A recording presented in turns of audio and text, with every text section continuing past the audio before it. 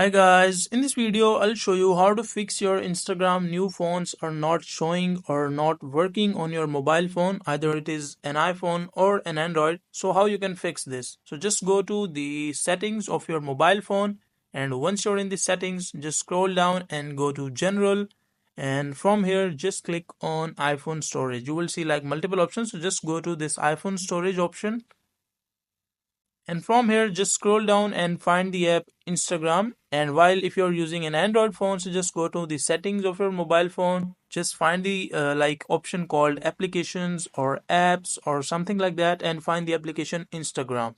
And once you're here just click on offload app. So this will basically delete all the data and all the like stored cache and everything from your mobile phone, and basically you have to re-download the app again. And in Android just click on like clear cache and clear data. So just offload the app and try to download it again, and your issue will be solved. And if not, just click on delete app. And once you delete the app or like remove or uninstall it from your mobile phone, delete the app and go to the App Store or like Play Store of your mobile phone and re-download the app and log in with your account again. And hopefully your issue will be solved. So that is a simple and easy process of how you can fix Instagram new fonts are not showing or not working in your mobile phone.